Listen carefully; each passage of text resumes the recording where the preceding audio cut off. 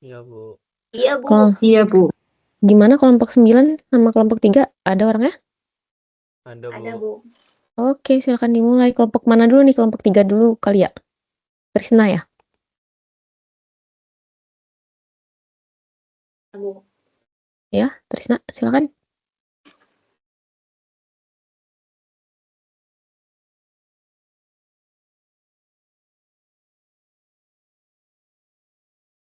Ya, silakan. Kelompok 3.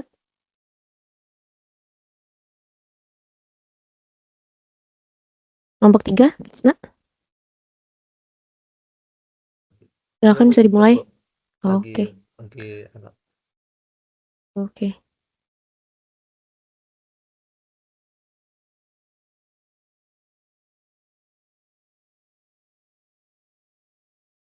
Share layar nih, Bu.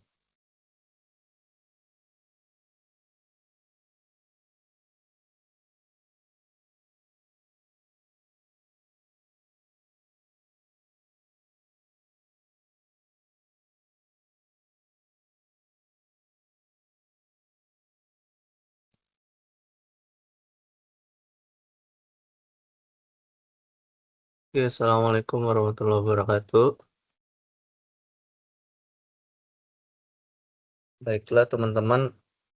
Saya Trisna Harjadi dari kelompok 3. Sini kami akan mempresentasikan tugas kelompok kami, yaitu minuman herbal racikan rasa. Nah, anggotanya itu ada Sunanti dan Nafatia, dan saya sendiri.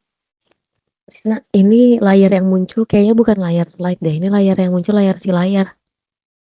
Masa, Bu? Heeh.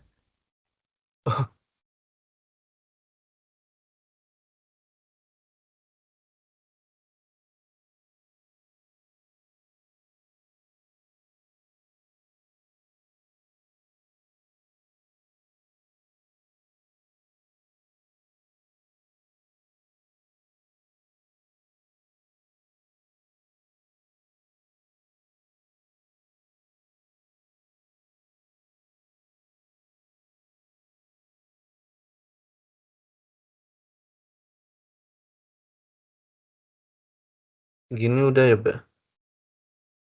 Udah kelihatan ya, Bu? Udah kelihatan. Oke. Saya ulangi ya, Bu. Assalamualaikum warahmatullahi wabarakatuh. Kami dari kelompok 3 akan mempresentasikan tugas kelompok kami yang berjudul minuman herbal racikan rasa. Adapun anggota-anggotanya yaitu saya sendiri Trisna Harijadi, Mbak Sunanti, dan Mbak Nafatia.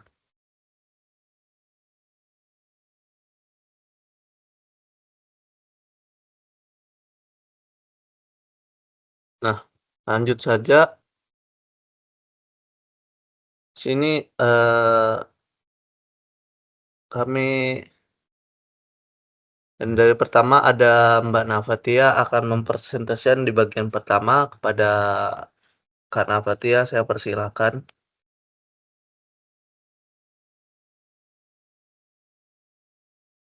Baik, terima kasih.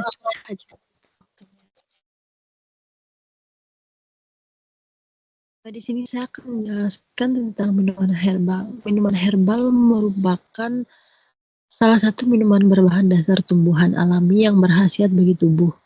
Minuman herbal dibuat dengan dasar rempah-rempah, akar, batang, daun umbi, dan buah. Minuman herbal dipercaya memiliki khasiat yang bermanfaat untuk menyembuhkan penyakit dan menjadi minuman yang bervitamin.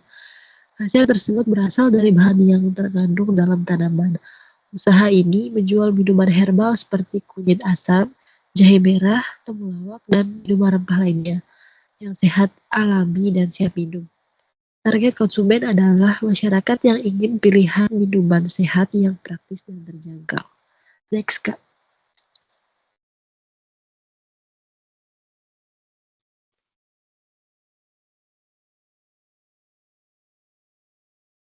Selanjutnya itu rancangan strategis manajemen pengetahuan.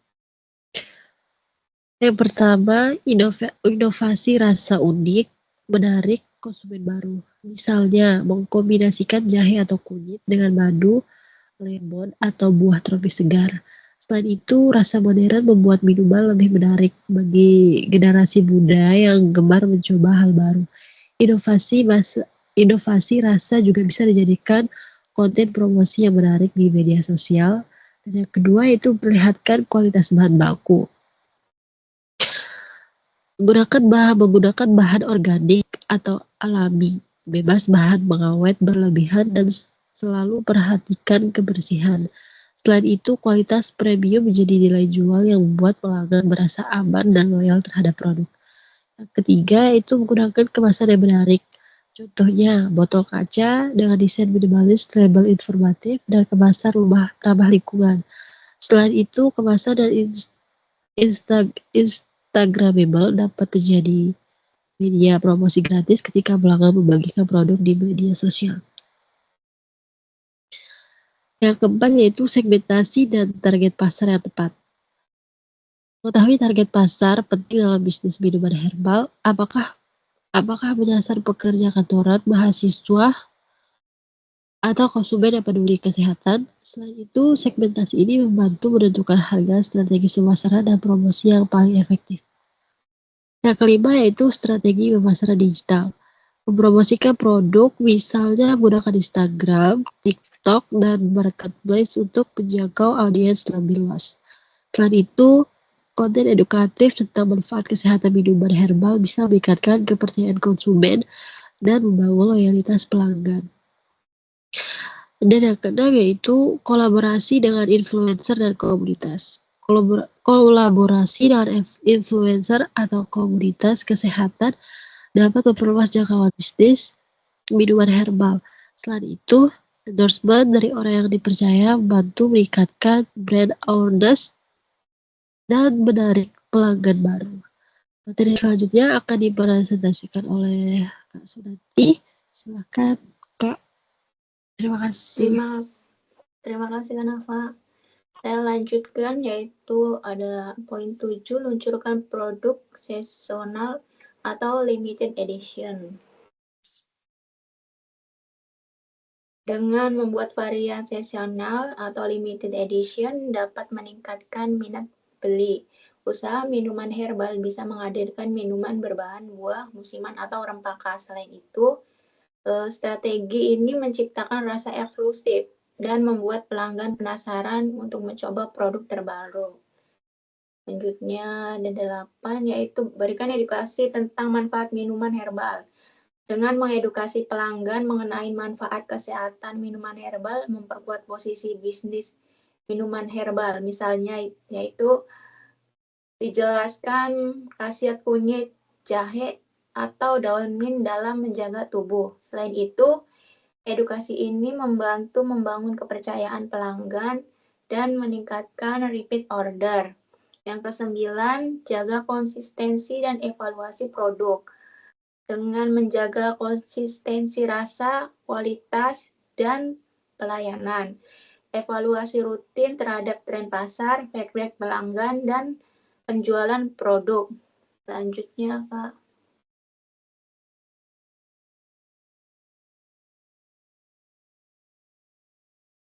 Slide selanjutnya, Kak.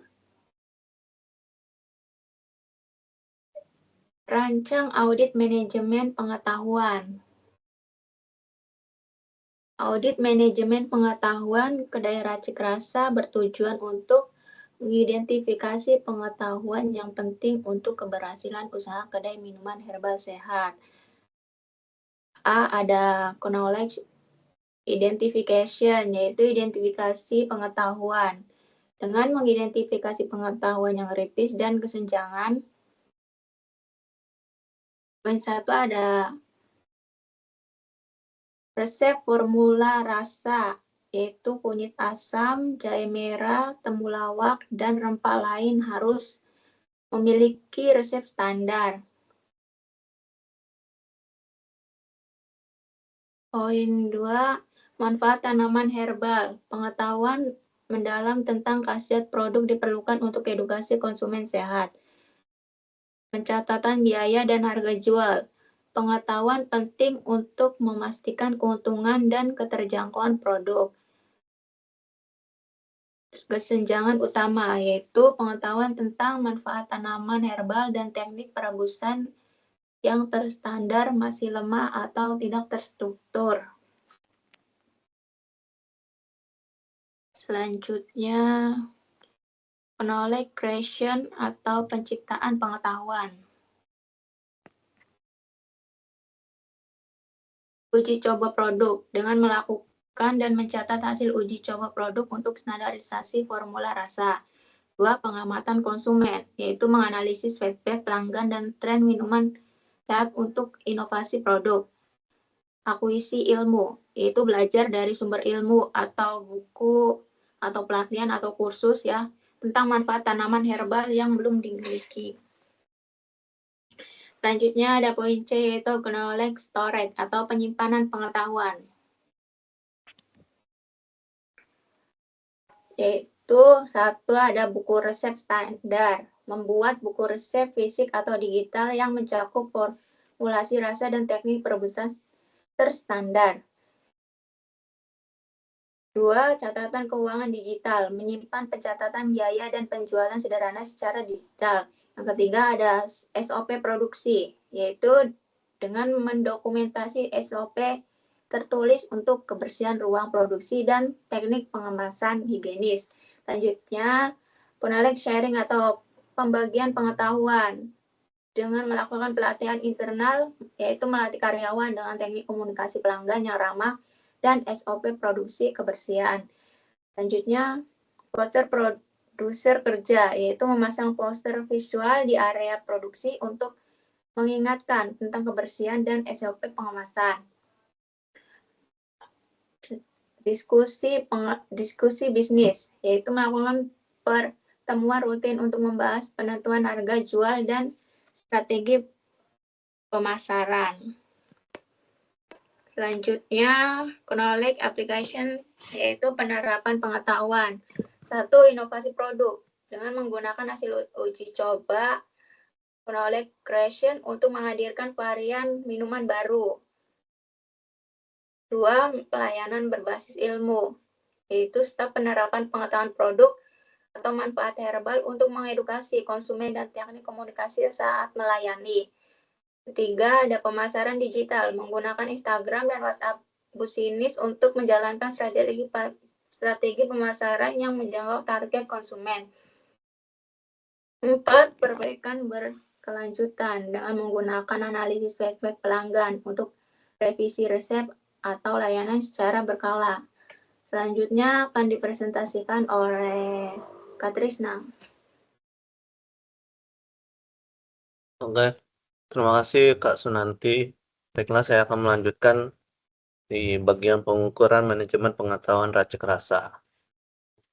Nah, dalam pengukuran manajemen ini, pengukuran manajemen pengetahuan knowledge management atau yang disebut dengan KM pada kedai minuman herbal berfokus pada beberapa baik kedai tersebut mengelola mengetahui uniknya yaitu ilmu herbal, racikan, dan preferensi pelanggan untuk mencapai hasil bisnis yang lebih baik, konsisten rasa, inovasi, dan kepuasan pelanggan.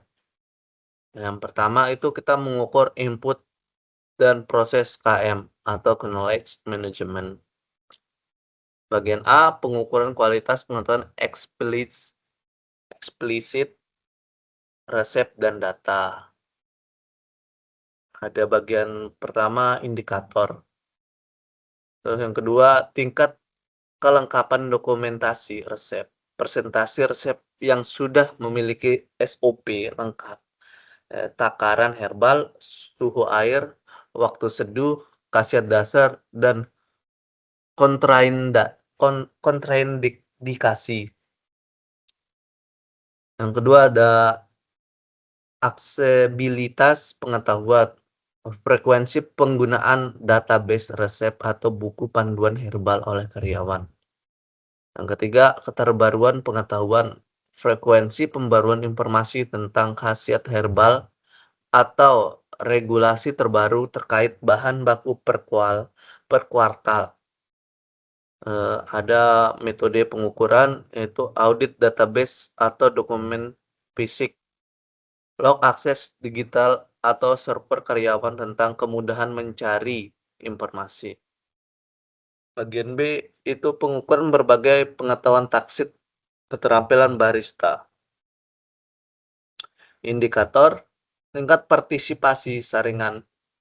Rata-rata kehadiran karyawan dalam sesi pelatihan atau diskusi internal tentang tips meracik atau studi kasus herbal langka. Kontribusi pengetahuan, jumlah saran racikan atau know-how pengetahuan praktis yang disumbangkan karyawan ke dalam sistem pengetahuan resmi per bulan. Waktu transfer keterampilan, waktu rata-rata yang dibutuhkan barista baru untuk mencapai standar speed and quality racikan. Adapun metode pengukuran, daftar hadir sesi sharing, analisis log input, siapa yang menyumbang ide dalam sistem knowledge management, data onboarding, dan hasil audit keterampilan, yaitu uji coba meracik. Adapun bagian C, dampak pada keuangan efisien. Indikatornya return of investment atau yang disebut ROI pelatihan, perbandingan antara biaya pelatihan ke knowledge management, misalnya pelatihan herbal dengan peningkatan pendapatan atau pengurangan waste setelah pelatihan. Pengurangan biaya operasional, penurunan biaya yang disebabkan oleh manajemen pengetahuan yang lebih baik, misalnya mengurangi pembelian bahan baku yang salah atau berkualitas rendah karena pengetahuan pengadaan yang kuat. Itu saja dari kelompok kami. Mungkin ada tambahan atau ada pertanyaan dari teman-teman, saya persilahkan. Oke, terima kasih dari kelompok 3. Kalau untuk papernya sendiri gimana, Trina? Paper yang gimana? Yang mana, Bu? Udah ada, Bu. Udah jadi. Udah Udah? jadi. Oh, bisa Ya. bisa di ini sekalian nggak? Dipresentasikan sekalian? Soalnya nanti tinggal ke grup-grup yang lain sekalian. Oh, nanti coba tolong share di grup, Kak. Kalau dari ini kelompok 9, kan minggu kemarin yang belum itu kelompok 3, kelompok 9, dan kelompok 7. Kelompok 9, Mbak Nani katanya nggak bisa presentasi hari ini. Anggota kelompok 9 yang lain bisa nggak?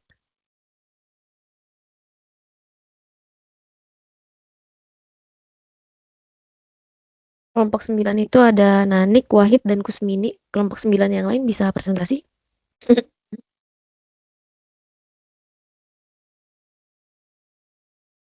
Ada yang bisa nggak? Atau kelompok 7 minggu lalu juga nggak ada presentasi. Kelompok 7 itu Bayu Sadewa, Ilham Bagas, sama M. Soum.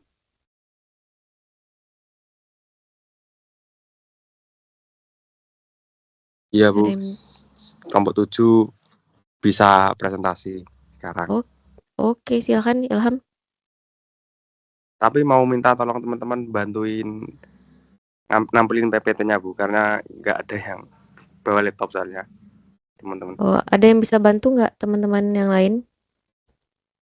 Kayaknya yang kemarin bisa pakai laptop itu ini ya, Trisna, Avi, terus Bayu. Ada yang bisa bantuin nggak?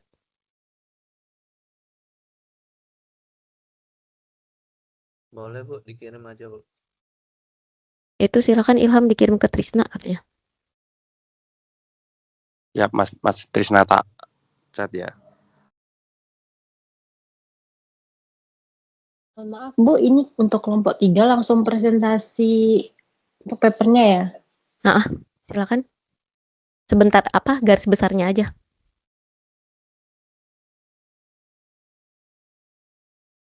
Secara garis besarnya aja.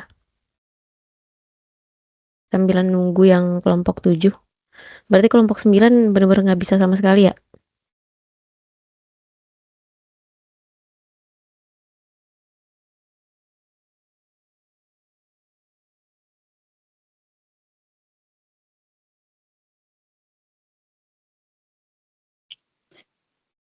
Ibu, mohon maaf.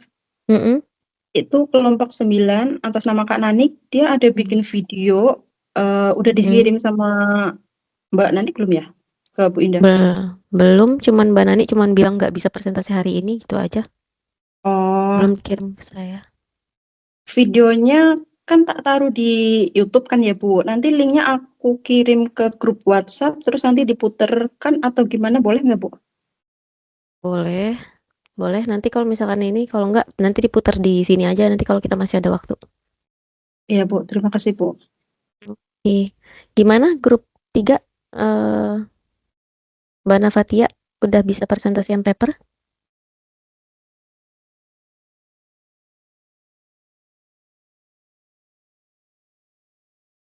Iya Bu, ini bentar tunggu Kak Trisna dulu Bu. Kayaknya bisa Oh, Bu.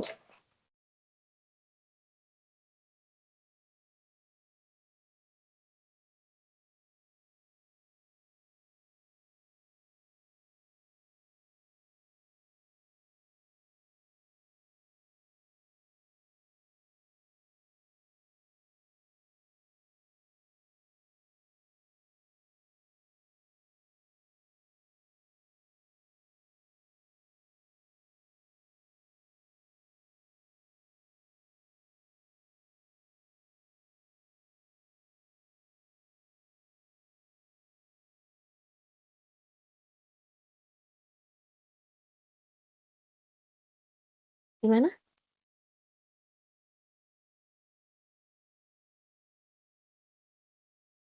Ini lagi mau share layar, Bu. Oke. Gimana kalau kelompok 7 dulu, Bu? Soalnya ini sudah Boleh, siap boleh, ya. boleh. Ya, Bu, tak. Silakan. Oke. Kelompok 7 dulu. Boleh, silakan.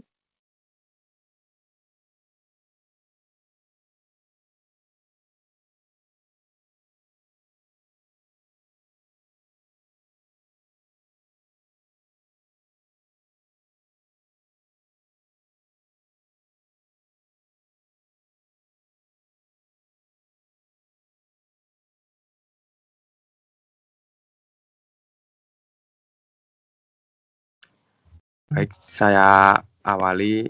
Assalamualaikum warahmatullahi wabarakatuh. Kami dari kelompok 7 yang beranggotakan kelompok saya sendiri, 1 saya sendiri, Ilham Bagas Pratama, 2 M. Soum, 3 Bayu Sadewa. Kami akan mempresentasikan tentang keripik singkong Cak Soum Bojonegoro. Yang pertama, slide pertama. Strategi manajemen pengetahuan UMKM. Knowledge correction penciptaan pengetahuan. Pelatihan produksi dan inovasi resep keripik singkong. Kolaborasi dengan ahli pangan dan pakar bisnis. Knowledge sharing atau berbagi pengetahuan. Forum diskusi antar karyawan dan mitra usaha. Memanfaatkan komunitas UMKM dan media sosial untuk berbagi pengalaman. Knowledge utilization, integrasi pengetahuan baru ke proses produksi dan pemasaran. Dokumentasi standar operasional produksi dan pemasaran digital. Penggunaan teknologi digital. Implementasi digitalisasi pemasaran online atau e-commerce sosial media. Sistem pembukuan dan monitoring stok berbasis digital. Next. Rencana audit manajemen pengetahuan. Tujuan audit. Mengidentifikasi kekuatan dan kendala manajemen pengetahuan di UMKM. Elemen yang diaudit. Proses penciptaan pengetahuan atau pelatihan, riset, dan produk. Mekanisme berbagai pengetahuan. Forum, diskusi, atau komunitas. Pemanfaatan pengetahuan atau aplikasi dalam produksi dan pemasaran. Penggunaan teknologi digital atau tools and platform digital. metode audit, observasi proses operasional, wawancara dengan pemilik, karyawan, dan mitra, evaluasi dokumentasi SOP dan data digital. Hasil yang diharapkan, rekomendasi proses knowledge management dan identifikasi peluang inovasi dan efisiensi. Slide selanjutnya akan dilanjutkan oleh Mas Soum.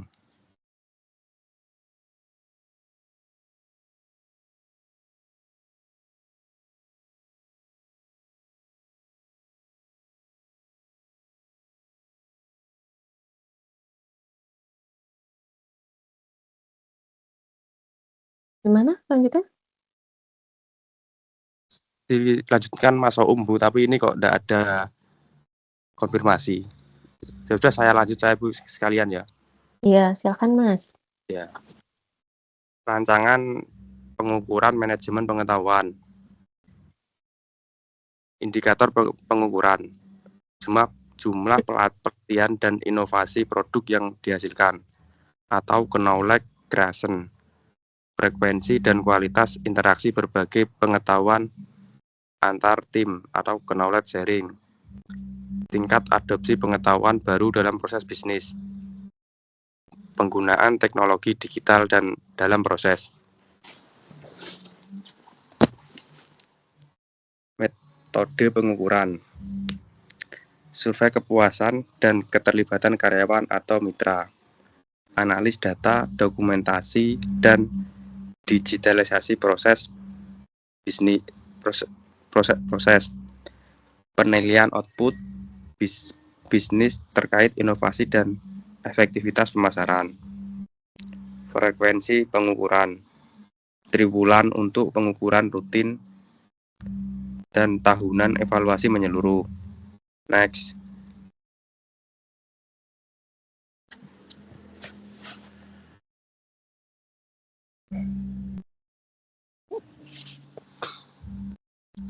Kesimpulan dan rekomendasi. Manajemen pengetahuan adalah kunci peningkatan daya saing UMKM Caksoum. 2. Audit pengukuran sistematis mendukung pengembangan berkelanjutan. 3. Pemanfaatan teknologi digital memperluas pasar dan efisiensi operasional. Sistem 4. Rekomendasi implementasi berkelanjutan pelatihan, forum komunikasi, dan digitalisasi. Sekian presentasi dari kelompok 7. Mohon maaf apabila salah kata. Terima kasih. Oke. Gimana kelompok 3? Udah siap untuk yang papernya?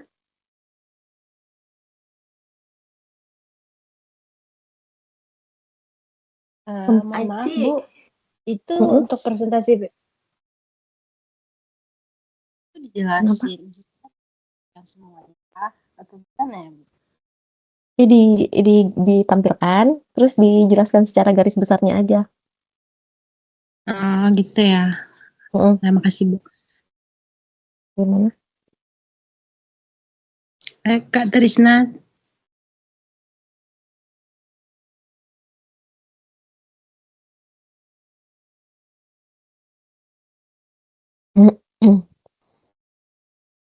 Udah kelihatan nggak layarnya? Sekarang yang kelihatan Udah ya. beres. Oh, udah kelihatan.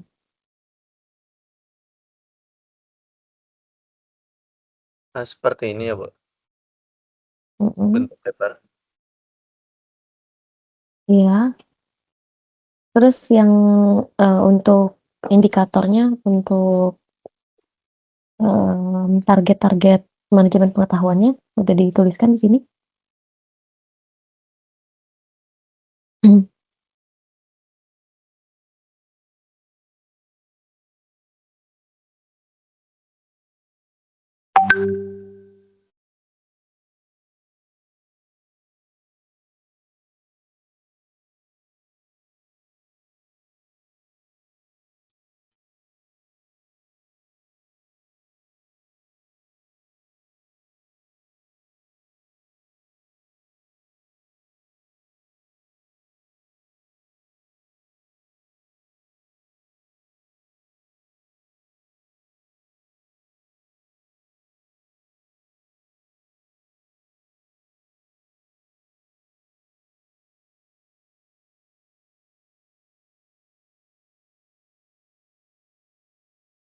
Target manajemen ya, Bu, ya?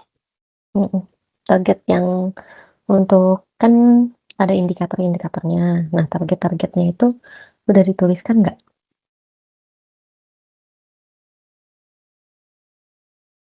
Enggak, Bu.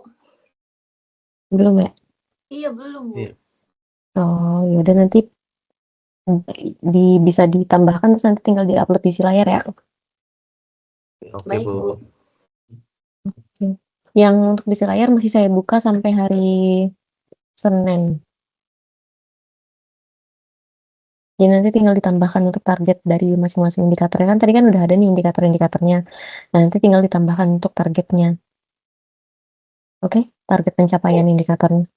Oke, Baik, Bu. Bu. Baik, Bu. Oke, terima kasih. Silakan Sama-sama. selanjutnya kelompok Makasih, Bu.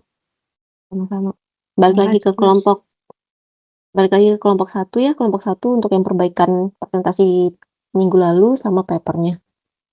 Silakan kelompok 1 ada Mbak Husnul Khotimah, ya enggak? Lani, kemudian Mas Asep. Iya, Bu. Sedang di itu.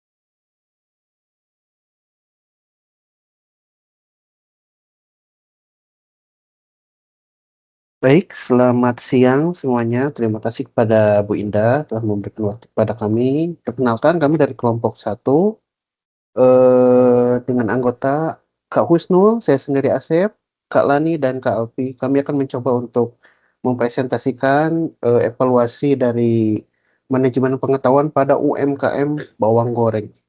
Yang pertama akan dibawakan oleh rekan saya, silakan.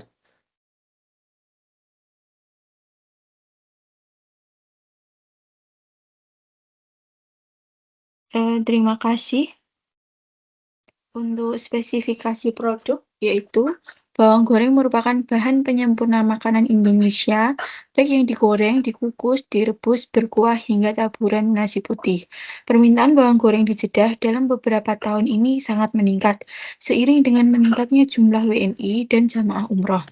Sangat sulitnya bahan bawang merah yang berkualitas di Arab Saudi menjadikan bawang goreng ini sangat mahal dan jarang ada di pasaran. Latar belakang inilah yang membuat kelompok kami memutuskan proyek UMKM bawang goreng ini. Untuk spesifikasinya, produk yaitu kita beri nama Guriwang. Target penjualan WNI yang berada di kota Jeddah dan sekitarnya. Jenis bawang yang digunakan, Mbak, bawang merah. Iya, maaf, langsung ke yang harus diperbaiki aja, Mbak. oke. Heeh. Siap, Bu. Oke. Berarti langsung dijelaskan sama Kak Asep atau Kak Kusnul ya? Oke. Yang strategi. Bagian saya Kak, strategi. Jadi kemarin kan Bu Indah minta lebih spesifik gitu ya, apa yang mau diaudit gitu kan. Next Kak. Slide selanjutnya. Sama targetnya, indikator manajemen pengetahuannya. Ya bagian saya ini. Jadi, oke, terima kasih. Melanjutkan presentasinya. Jadi untuk strategi manajemen pengetahuan, kita fokus pada strategi produksi. Apa yang diukur, yaitu teknik penggorengan yang baik untuk menghasilkan produk yang renyah dan tahan lama. Lalu untuk target penggorengannya yaitu 10 kilo per batch. Note, dari penggorengan 10 kilo dihasilkan 3,5 kg bawang goreng. Oke, next Kak.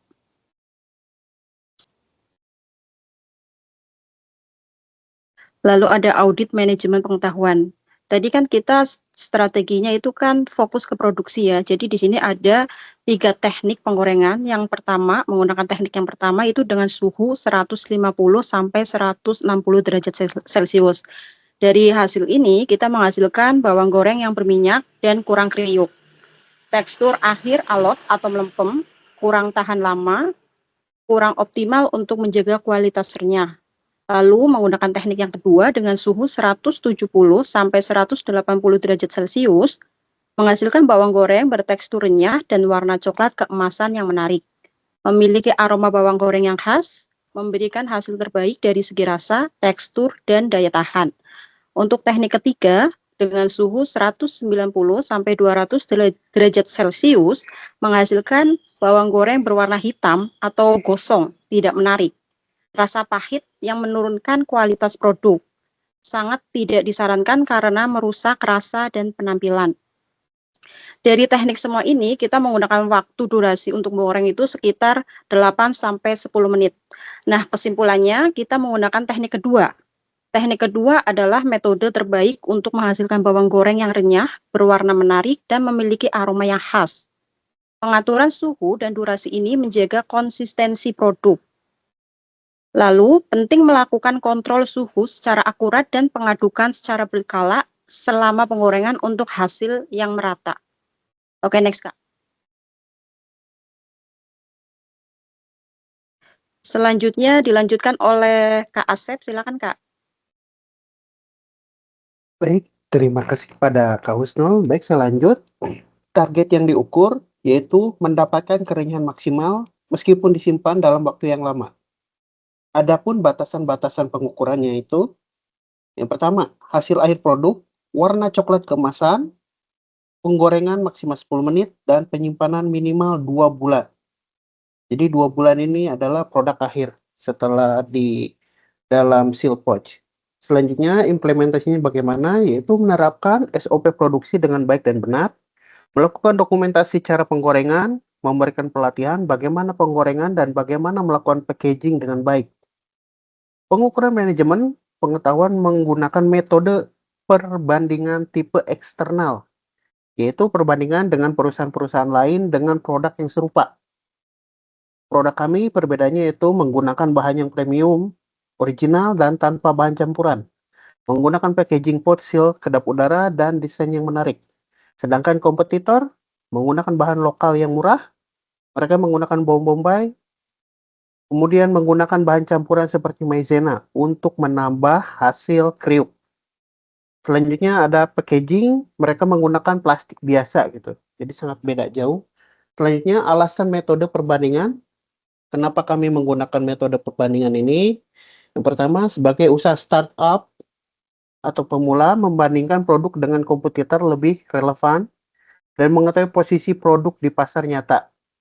Selanjutnya, metode ini memberikan gambaran praktis dan realistis tentang keunggulan dan kelemahan usaha dibanding dengan produk sejenis di lapangan. Selanjutnya yaitu mendorong pembelajaran berkelanjutan dari hasil perbandingan antara proses internal dan kondisi eksternal pasar yang dinamis.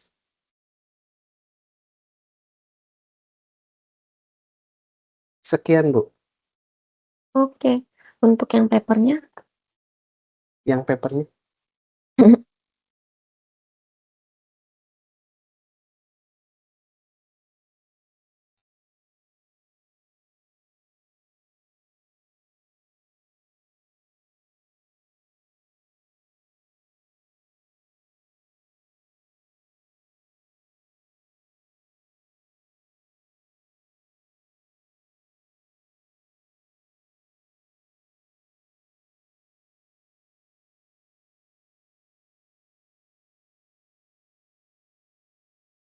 Sudah terlihat, Bu? Ya.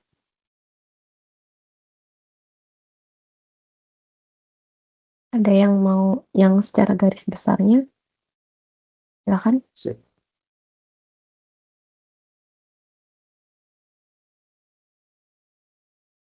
Secara garis besarnya. Mungkin yang targetnya aja, yang indikator dan targetnya aja.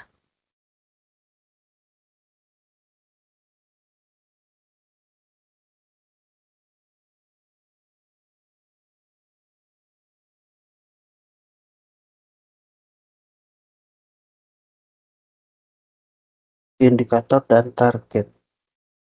Belum tertulis, Bu. Mungkin bisa diberikan waktu 5-10 menit, Bu? Iya boleh, nggak apa-apa. Ini Oh, kok nggak baik. apa-apa kok, nanti sampai hari Senin masih saya buka sih layarnya. Oh iya, Bu. Sebab kami malah fokus dengan itu, Bu, dengan perbaikan yang strategi audit sama pengukuran. Oh, oke. Oke, terima Berarti, kasih. Nanti tinggal ditambahkan, kan kita kan di pengukuran itu kan ada indikator-indikatornya. Nah, baik, Bu. indikatornya itu kan kalau kita ngukur, kan harus ada target kan, nyampe target atau enggak. Nah, itu maksud saya. Oh, baik-baik, Bu. Di pengukuran. Gitu. Baik, Oke, terima kasih, Bu. terima Maaf kasih kekurangan kelompok kami ya, 1. Bu. Terima kasih.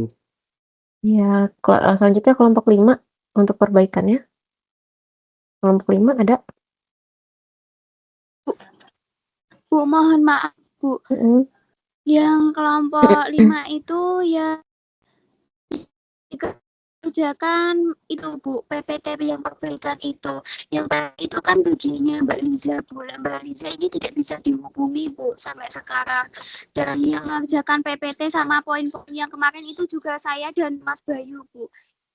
Itu gimana ya, Bu? Nggak apa-apa kalau gitu yang PPT-nya aja.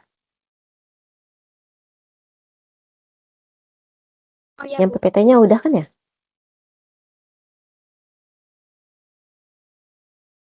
Ya kan, yang PPT-nya udah kan ya? Bu, sudah diperbaiki. Oke, silakan coba yang PPT-nya aja. Ya, Bu.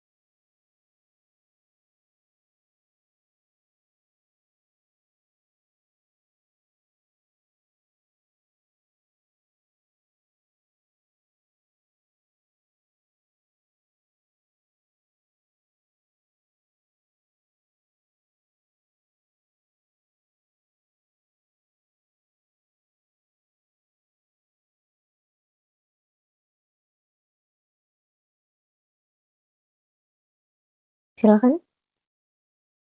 Oke, silakan. Bisa langsung aja.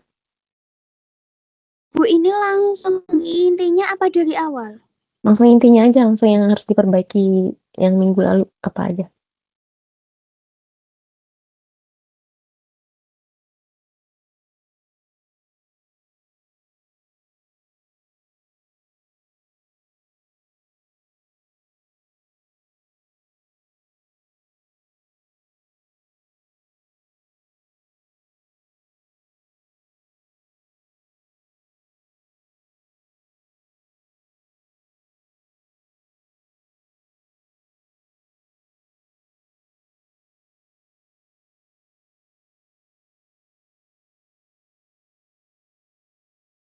Assalamualaikum warahmatullahi wabarakatuh. Oh,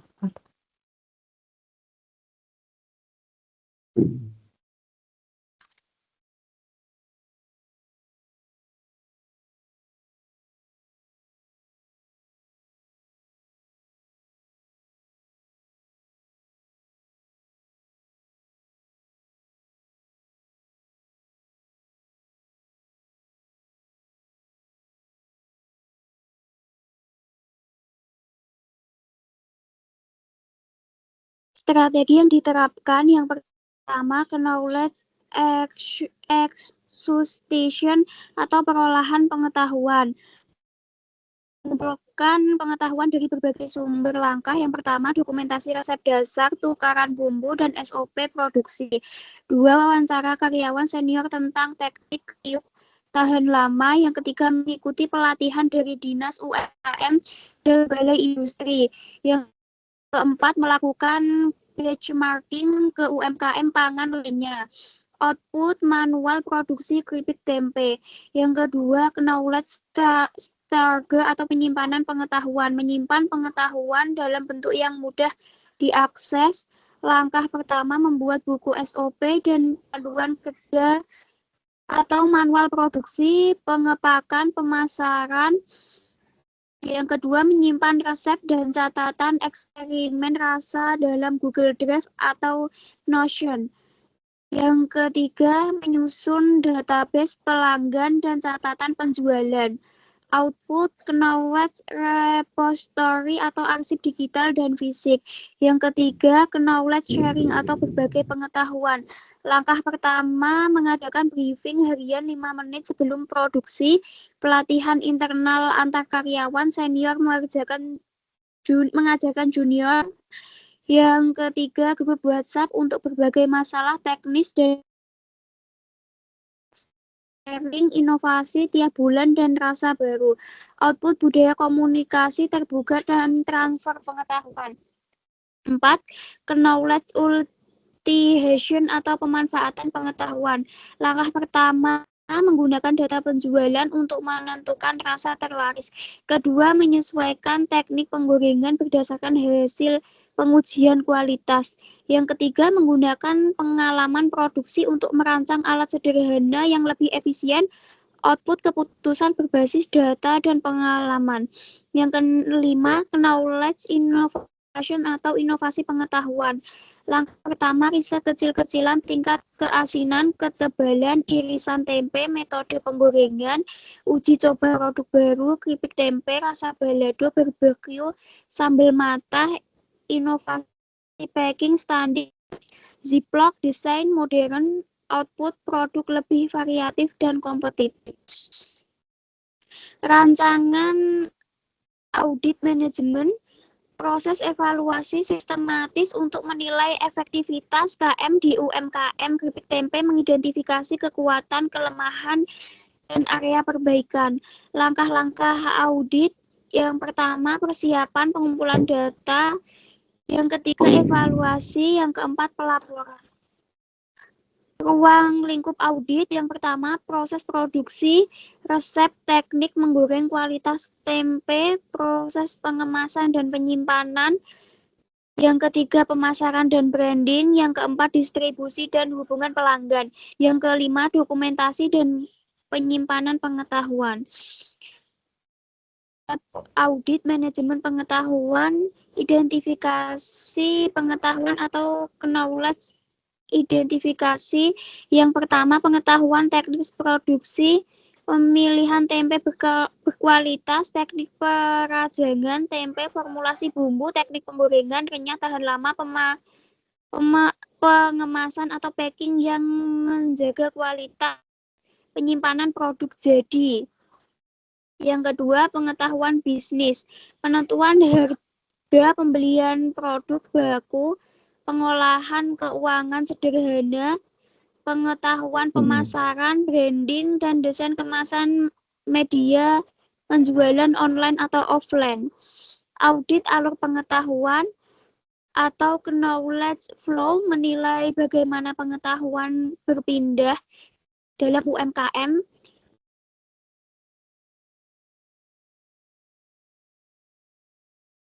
Slide selanjutnya ya, Mbak. Rancangan pengukuran manajemen pengetahuan. Pengukuran KM di UMKM keripik tempe menggunakan metrik kuantitatif dan kualitatif untuk menilai efektivitas strategi dengan fokus pada indikator yang mudah diukur dan relevan dengan bisnis kecil. Tujuan pengukuran meningkatkan efisiensi produk, menjamin konsistensi kualitas keripik tempe, menilai efektivitas proses manajemen pengetahuan di produksi keripik tempe. Yang keempat, mengidentifikasi area yang perlu diperbaiki. Yang A, metrik utama, indikator kuantitatif. tingkat berbagai pengetahuan presentasi karyawan yang berpartisipasi dalam sesi berbagai target 70%. Ukur melalui log kehadiran pertemuan.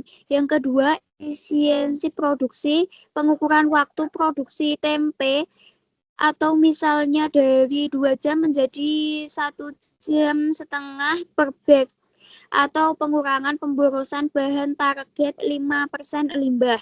Yang ketiga, inovasi produk, jumlah variasi rasa keripik tempe baru per tahun, target 2-3 inovasi diukur dari data penjualan. Yang keempat, teori pengetahuan, peningkatan pendapatan, misalnya 15% kenaikan penjualan setelah implementasi dibandingkan dari data sebelumnya. Yang kedua, indikator Kayaknya, kualitatif. Mbak, kayaknya Kepuasan slide-nya bukan yang Mbak ini, yang bukan yang Mbak jelasin. Slide-nya masih slide rancangan pengukuran.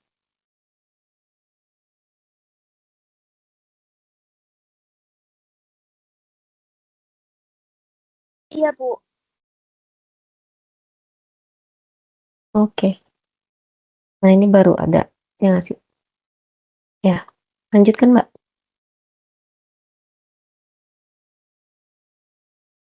Silakan lanjutkan, Mbak. Indikator kualitatif yang pertama,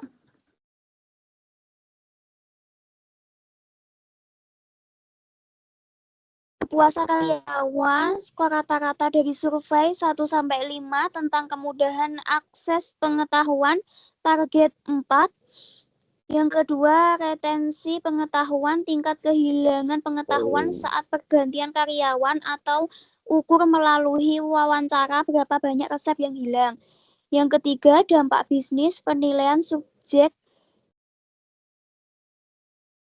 tentang peningkatan daya saing, seperti kemampuan menangani permintaan musiman tempe.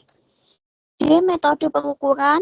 Yang pertama, pengumpulan data menggunakan dashboard sederhana, misalnya spreadsheet bulanan untuk melacak metrik, lakukan survei tribulanan.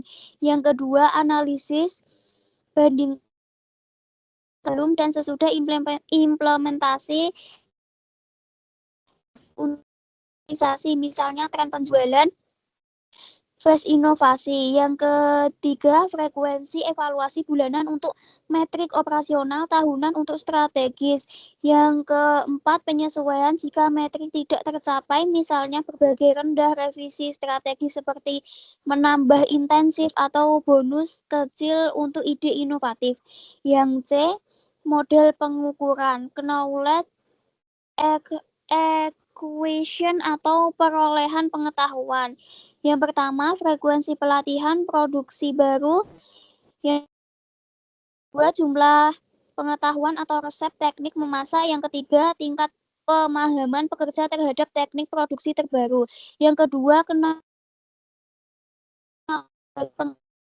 intensitas komunikasi antar pekerja, berada SOP berbagai pengetahuan, efektivitas monitoring antara pekerja senior dan junior. Yang ketiga, knowledge stock atau penyimpanan pengetahuan, ketersediaan dokumentasi proses SOP, paduan produksi, kemudahan akses dokumen produksi, konsistensi pembaruan dokumen. Yang keempat, knowledge application atau penerapan pengetahuan, penerapan SOP yang terdokumentasi, tingkat kesalahan produksi, inovasi produk berbasis pengetahuan baru. Mungkin itu, Bu, perbaikan dari kelompok 5. Terima kasih, Bu. Terima kasih. Yang papernya tapi belum diperbaiki gitu ya?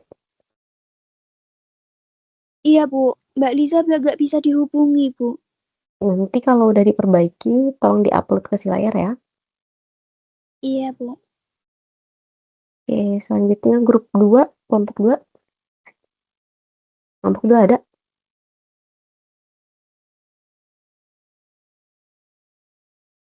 Gimana kelompok 2? Hadir, Bu.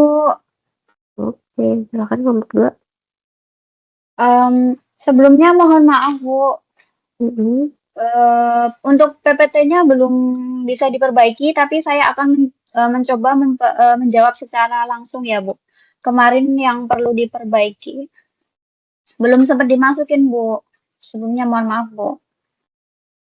Oke. Kalau untuk papernya gimana? Papernya juga belum ready, Bu. Papernya juga belum ready ya? Iya, Bu. Kan berarti nanti hari Senin bisa di-upload. Insya Allah bisa, Bu. Insya Allah bisa diusahakan, Bu. Oke, selanjutnya kelompok 6.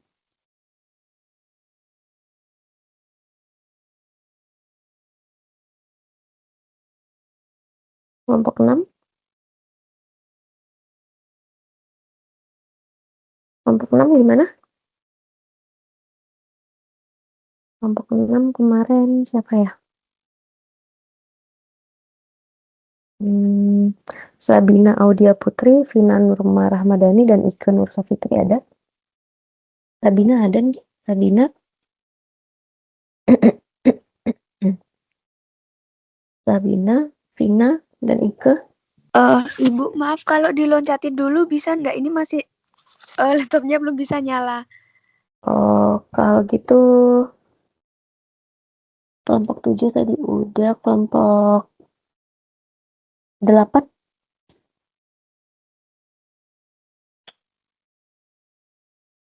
Kelompok 8.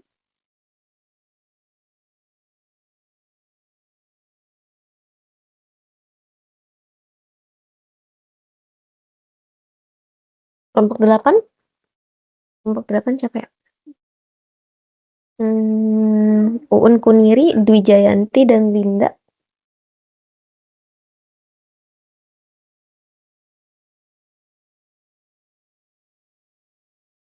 Iya, Bu. Tapi saya masih ada kendala yang share, Bu.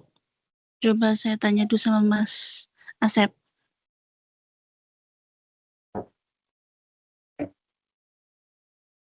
Permisi, Bu.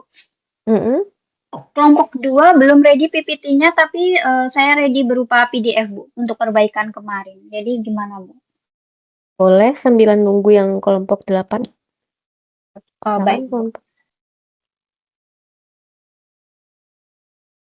Jadi yang kemarin disuruh perbaikannya untuk merincikan target 70% ya, Bu, dari usaha kami, yaitu nasi kepal semangat pagi.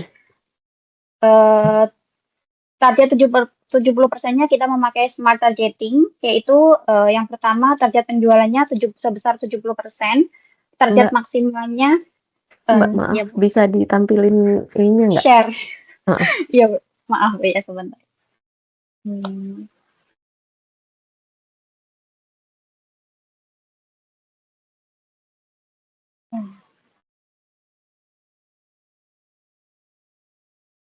Agak kesulitan.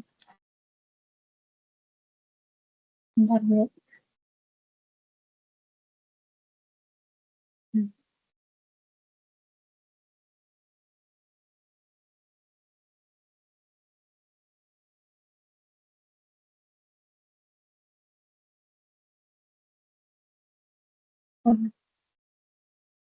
Oh, nggak bisa share screen ya, Bu? Nggak bisa share screen.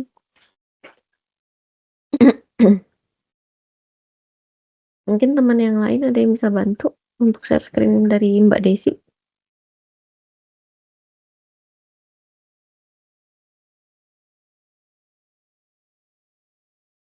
Nggak bisa ya, gimana Mbak? Nggak ketemu menunya atau gimana?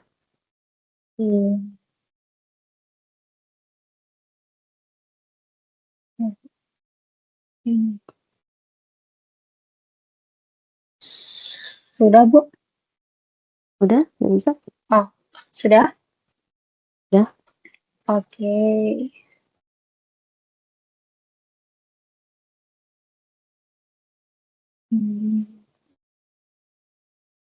Terpakai.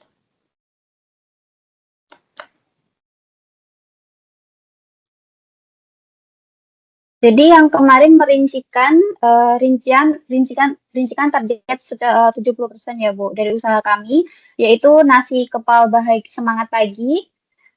Kita memakai smart targeting. Yang pertama target penjualan 70%, yaitu target maksimal 100 porsi per hari.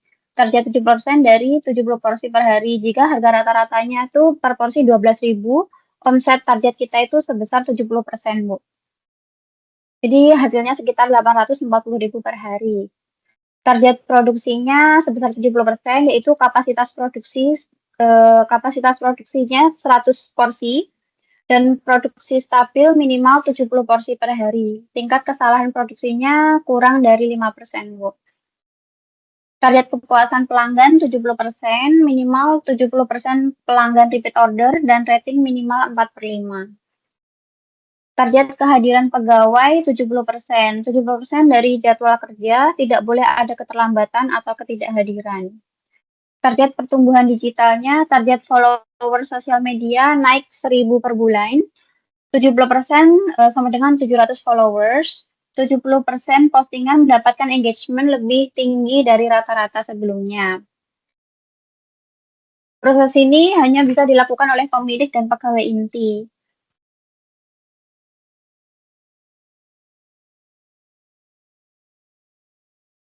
Dari segi pengambilan keputusan strategis, menentukan menu baru, penentuan harga, pengembangan cabang baru, perubahan branding.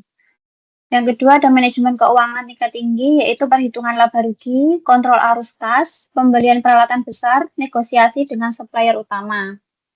Yang ketiga ada rekrutmen dan pemutusan kerja, yaitu menentukan standar pegawai dan wawancara final. Yang keempat ada kontrol kualitas tertinggi atau final QC, yaitu menentukan standar rasa dan konsistensi.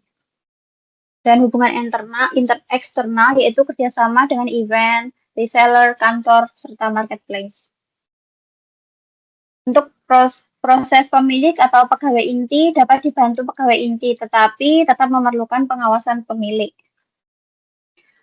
Pengelola operasional harian, yaitu monitoring produksi, kontrol stok bahan baku, kontrol higienitas dapur, pelaporan harian. Untuk manajemen media sosialnya upload konten, membalas chat pelanggan, admin WhatsApp dan marketplace. Untuk quality control hariannya, yang pertama cek kerapihan, kebersihan, serta rasa. Yang kedua cek pengemasan dan label. Yang keempat ada manajemen supplier, yaitu order bahan harian atau mingguan, serta cek kualitas bahan masuk. Selanjutnya prosesnya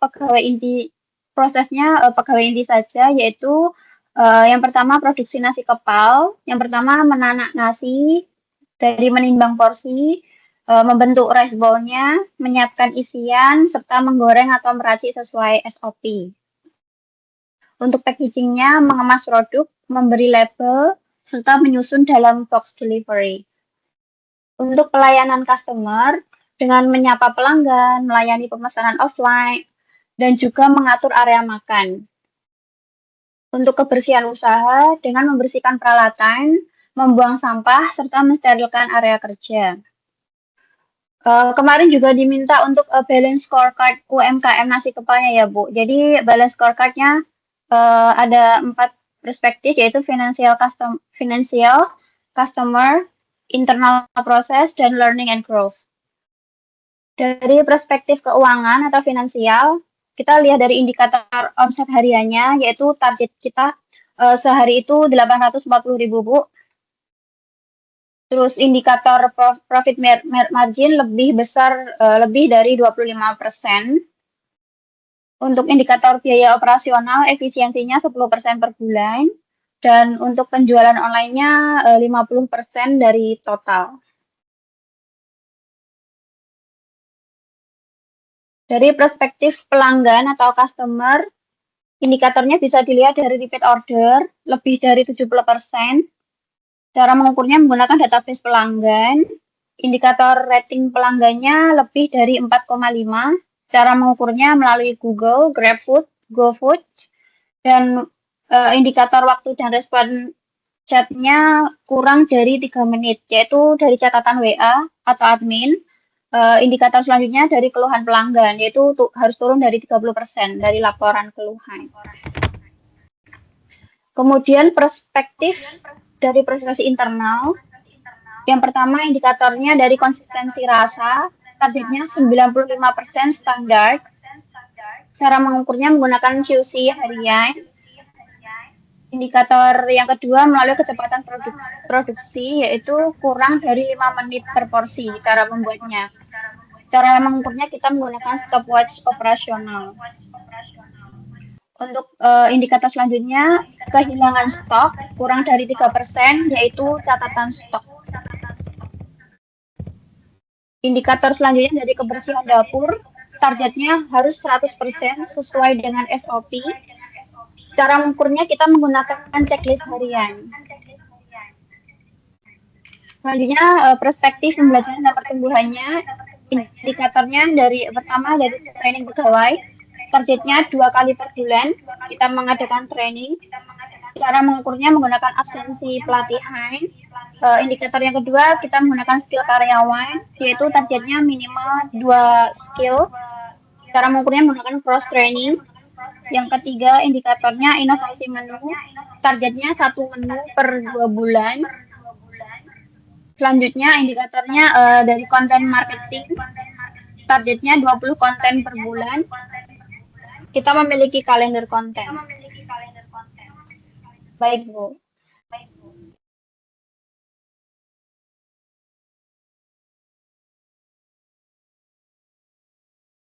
Masih mute, Bu.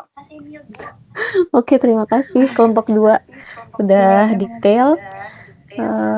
Kelompok 6 gimana? Udah siap? Sabina, Vina, dan Ika? Iya, Bu, ini di share screen. Oke, silahkan.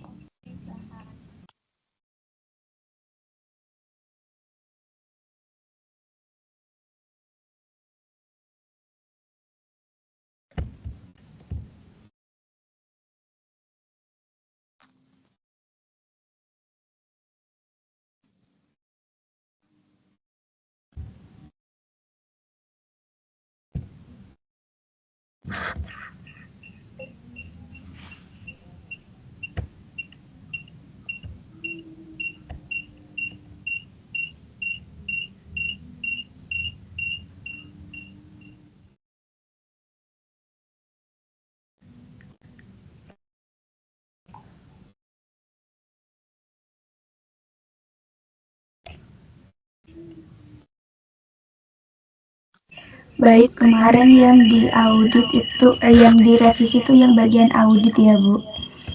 Saya jelaskan audit sistem manajemen yang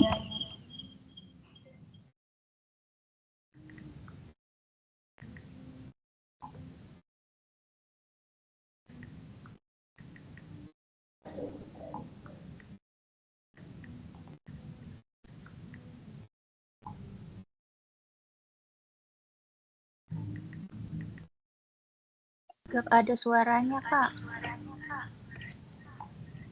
Iya, sebentar Mbak, ini dengung. Kayaknya karena 2 device terus dua-duanya hidup audionya. Salah satu device aja yang dihidupin audionya. Iya, Bu.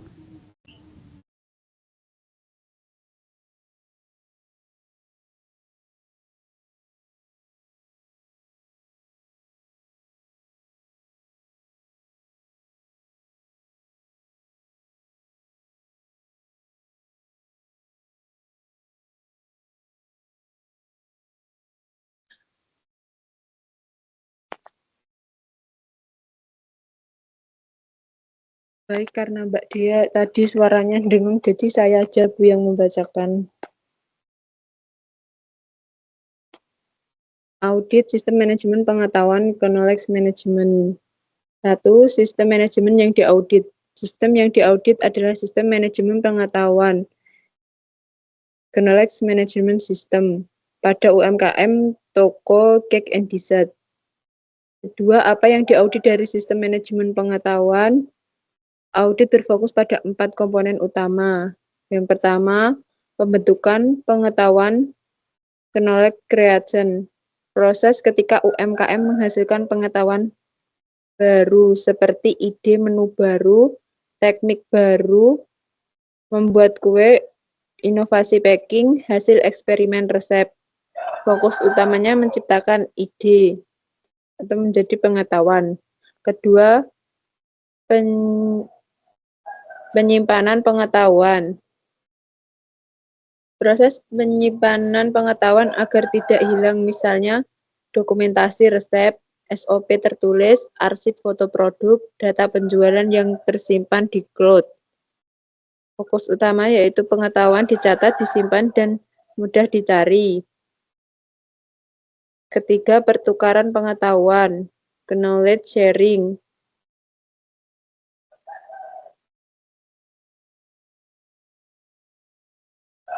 Proses berbagi pengetahuan antar karyawan seperti briefing mingguan, pelatihan internal, grup WhatsApp kerja, karyawan senior mengajari karyawan baru.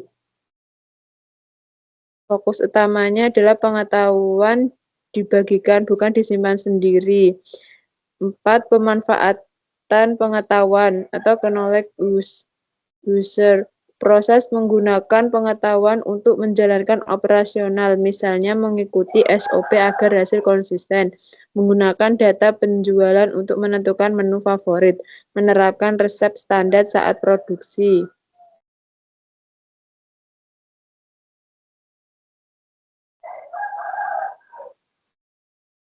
Fokus utamanya yaitu pengetahuan digunakan untuk meningkatkan kinerja.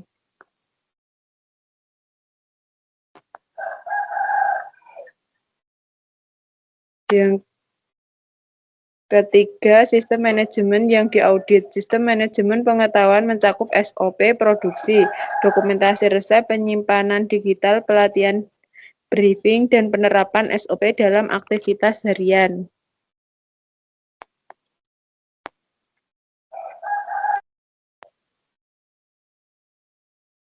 Baik, itu Bu yang bisa saya bacakan dari tugas kelompok kita yang direvisi kemarin. Oke, terima kasih. Selanjutnya kelompok 8 ada?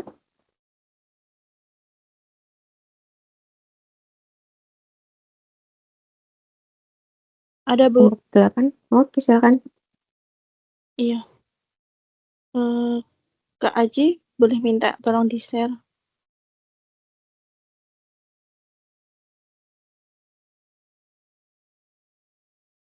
Oke, bentar ya.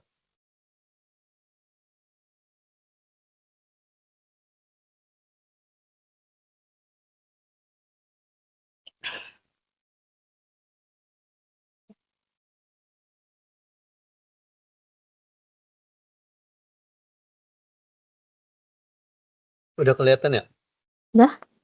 Silakan. Udah, Kak. Itu yang ditanya kemarin tuh UMKM-nya ya, Bu ya? Yang perlu diperbaiki kemarin UMKM-nya ya, Bu? Bukan UMKM-nya, tapi yang perlu diperbaiki kemarin itu kan sistem, kan waktu itu ada kalimat di presentasinya itu manajemen pengetahuan dari sistem UMKM. Nah, maksudnya apanya yang dari sistem UMKM, seperti apanya yang perlu di manajemen gitu? Yang perlu di manajemen pengetahuannya. Iya. Jadi itu di slide itu selanjutnya. Kalau nggak salah waktu itu di slide strategi deh. Mbak Uwar bisa open mic? Ini kedengaran nggak?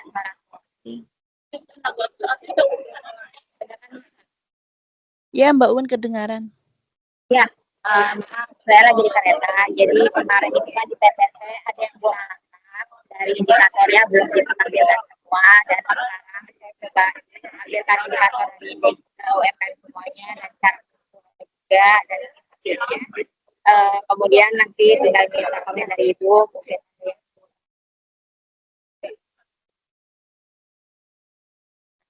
Mungkin kita belum menampilkan indikator dari UMKM kita sama manajemen pengetahuannya juga.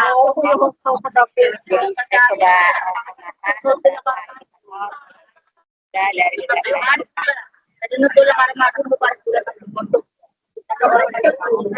perbaikan di diagram.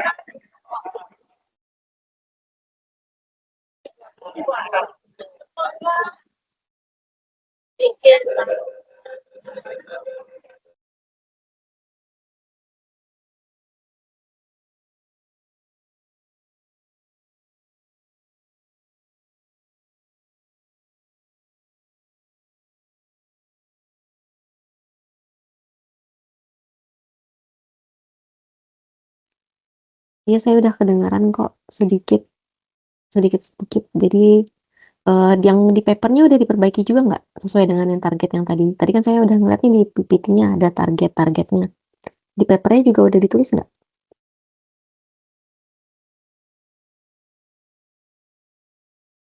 Papernya apa udah ditulis?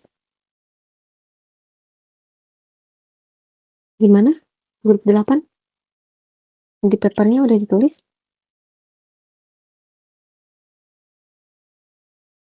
Suaranya bagi saya sih tadi suaranya udah ada yang saya tangkap sedikit-sedikit Mbak Uun. Tapi saya yang mau tanya-tanyakan di papernya udah diperbaiki juga nggak untuk yang grup 8? Udah, Bu. Sebagian sudah ditambah. Udah ditambahkan ya di papernya yang di target-target. Tadi kan ini di PPT-nya udah ditambahkan nih. Nah, untuk di papernya berarti udah ditambahkan juga target-targetnya.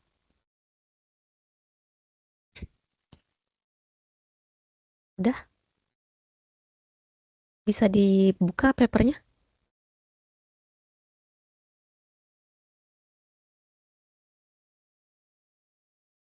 Bisa dibuka nggak papernya, Mbak?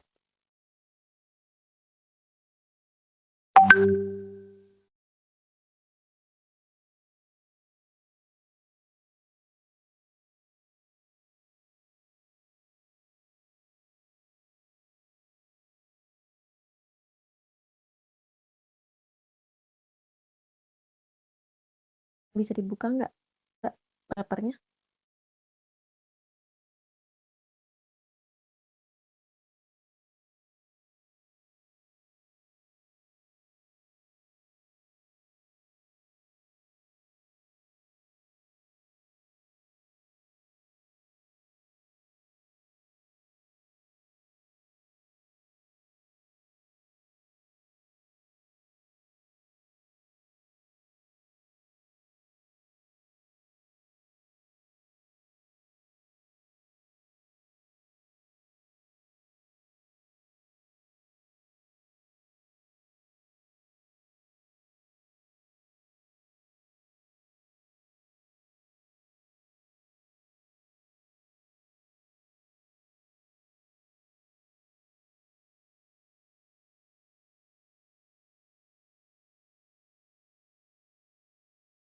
Nggak apa-apa yang papernya aja. Grup 8. Papernya tadi katanya udah diperbaiki kan ya? Minta tolong ditampilkan slide-nya. Di apa? Dia bisa diketahui. Nggak apa-apa. Kalau enggak yang slide, yang papernya aja. Papernya kan udah diperbaiki juga katanya. Bisa tampilin nggak papernya?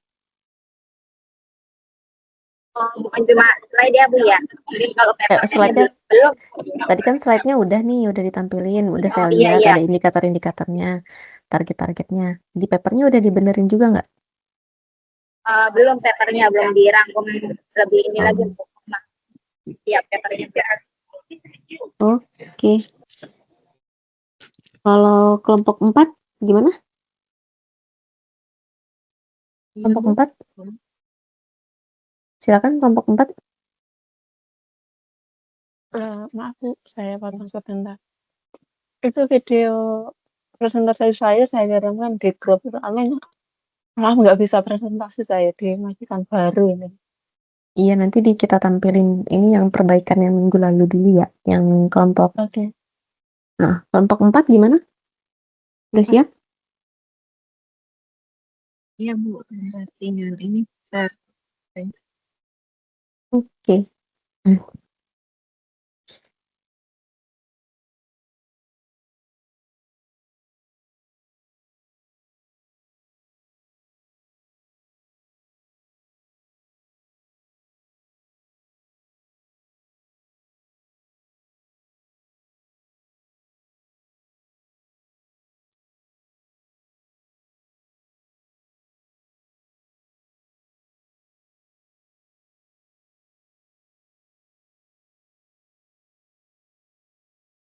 Silakan. Kelompok 4.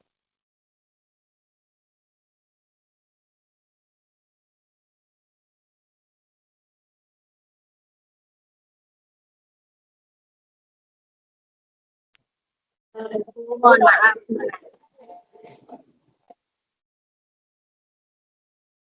Langsung ke yang perbaikannya aja ya, kelompok 4.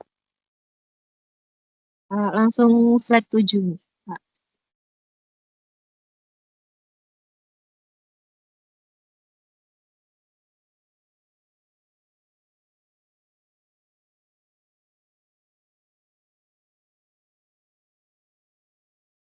Iya.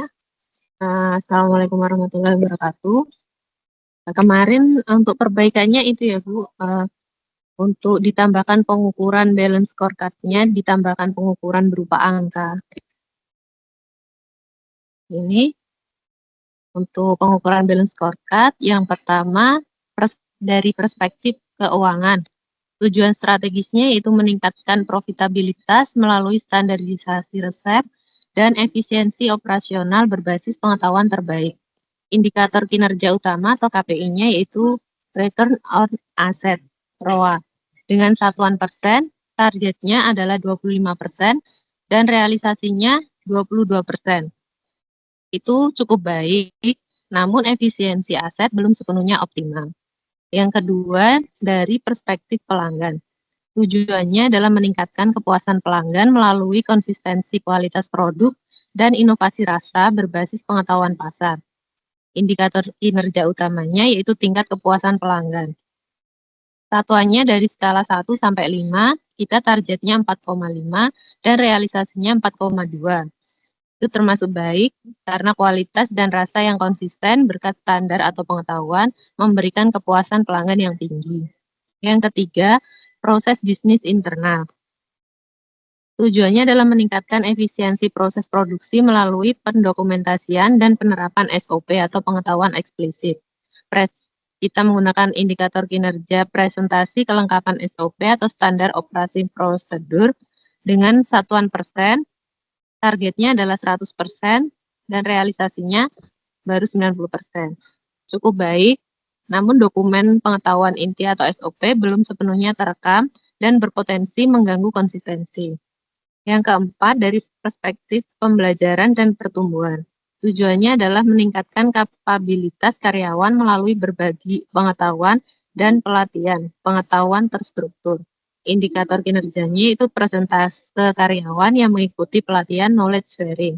Satuannya yaitu persen dengan target 100% dan realisasinya 80%. Termasuk kurang baik karena tidak semua karyawan mendapatkan kesempatan untuk upskill atau berbagi pengetahuan dan menghambat pertumbuhan. Sudah, Bu? Oke. Kalau untuk ini papernya udah ditambahkan yang balance scorecard ini? Di papernya ya, Bu? Sudah ditambahkan? Sudah, Bu. Mungkin bisa di-share ini papernya, Bu, boleh? Iya, silakan.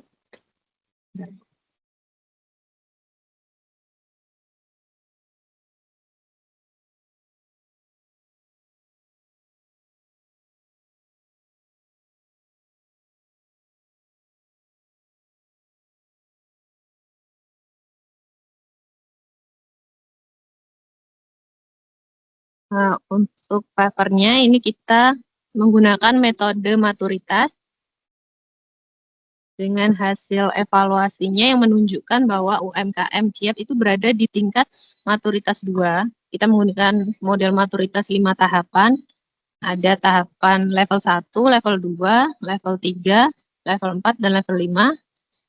Di bawah, coba Mbak agak ke bawah. Nah ini, itu dengan hasil di level 2. Analisisnya dilakukan penilaian berdasarkan observasi proses, rancangan audit yang sudah dibuat, dan juga KPI dari balance scorecard. Ada di bawahnya, kita masukkan di tabel. Lanjut Mbak, agak ke atas. Yang di bawahnya, yang tadi balance scorecard. Nah ini sampai bawah. Itu ada identifikasinya di sini. Dibaca semua ya Bu? Atau Enggak usah. Terus kita ada targetnya juga di bawah lagi Mbak. Hmm.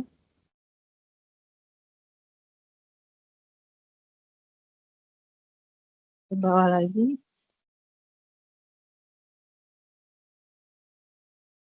Nah, ini targetnya kita mencapai di level 3, yaitu definite dalam 1 tahun ke depan. Kita cantumkan di tabel sesuai dengan Key Performance Indicator yang menggunakan metode SMART kemarin dan juga rencana audit. Sudah, Bu? Oke, iya. Jadi ini yang saya maksud dengan paper untuk model evaluasi manajemen pengetahuannya. Jadi modelnya apa, kemudian dievaluasi berdasarkan indikator-indikator yang sudah ditetapkan sebelumnya. Nah, setelah diidentifikasi target-targetnya apa, indikatornya apa-apa saja, setelah kita tahu, oh ternyata level maturitas atau level manajemen pengetahuan di usaha kita itu di level berapa gitu. Ini salah satu contoh yang bagus ya, yang untuk dari paper kelompok 4. Lanjutnya yang kelompok 3, kelompok 3 tadi udah ya? Berarti kita nonton video yang kelompok 9. Yang dikirimkan oleh Mbak Nani. Sebentar, saya putar aja videonya.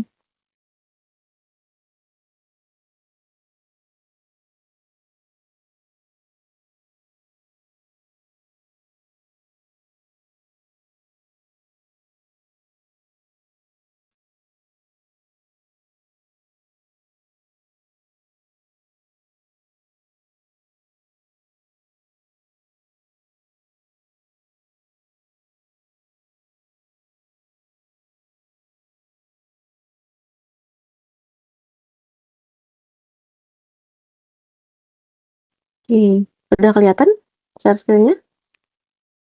Videonya? Sudah, Bu. Oke, saya putar ya. Presentasi dari kelompok 9.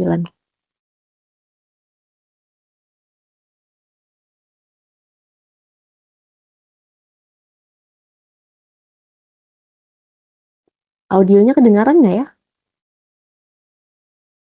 Tidak ada suaranya, Bu. Nggak kedengaran suaranya, coba saya ulangin lagi ya. Ini kedengaran nggak?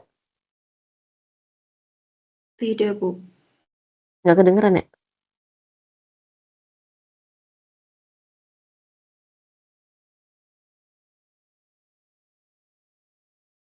Sebentar. Kalau ini udah kedengaran? Profil dalam UM berat dalam. Kalau ini udah kedengaran? Jual beli sayur Terdengar, Bu.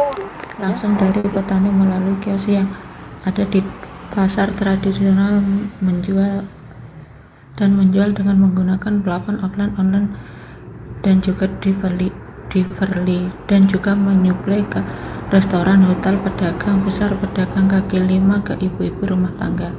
Latar belakang usaha ini adalah karena banyaknya pertanian yang menghasilkan berbagai macam sayur-sayuran segar yang ada di sekitar kita, dan dengan dibukanya kios ini bisa membantu meningkatkan perekonomian dan kesejahteraan bagi petani.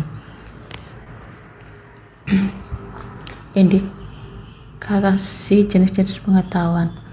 Aset pengetahuan yang dimiliki attached knowledge, kemampuan membedakan kualitas sayur berdasarkan tekstur, warna, dan aroma, serta memisahkan sayuran yang lain, menata sayuran sesuai dengan jenis yang dan mengetahui sayur diminati pelanggan. Keahlian negosiasi harga dengan supplier dan pembeli dengan harga terjangkau, dan apabila membeli dengan jumlah besar maka akan dikasih diskon. Pengetahuan tentang preferensi pelanggan berdasarkan pola pembelian sayur, apa yang diminati pembeli, dan selalu memberi harga yang terjangkau. Kemampuan manajemen stok tradisional berdasarkan pengalaman sayur kita dan jumlah beberapa banyak dari petani, dan kita